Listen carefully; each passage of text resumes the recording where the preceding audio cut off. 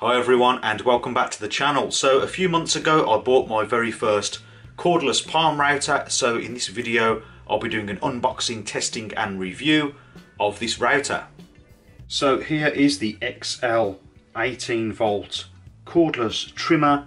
This is the skin only or the bare unit, so it's just the router and the battery and the charger is not included in this package. So let's take a quick look at the box. Variable speed dial to match the speed to the application, so you can alter the speed of this router. Depth adjustment, and it tells you here what batteries are compatible. They're 2 amp hour and they're 5 amp hour batteries. It's an 18 volt router and the rated speed, the RPM, is from 12,000 to 30,000. Chuck capacity 6mm and it's a 1/4 inch collet. So let's see what's inside the box. So in the box you've got the instruction manual.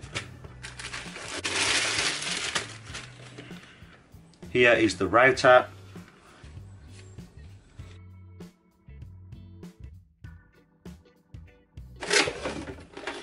And then there's your box of accessories, your dust nozzle that you can put on to add your extractor to remove dust when you're doing some fine work.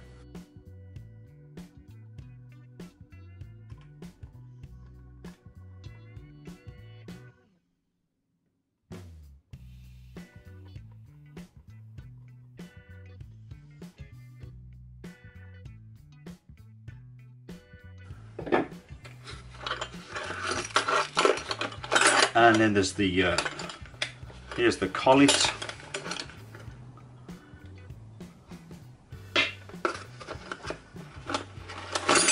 Here's the straight guide to help you to make straight lines, router out straight areas. There's a template guide in here and a few of our bits and bobs and a few spanners as well.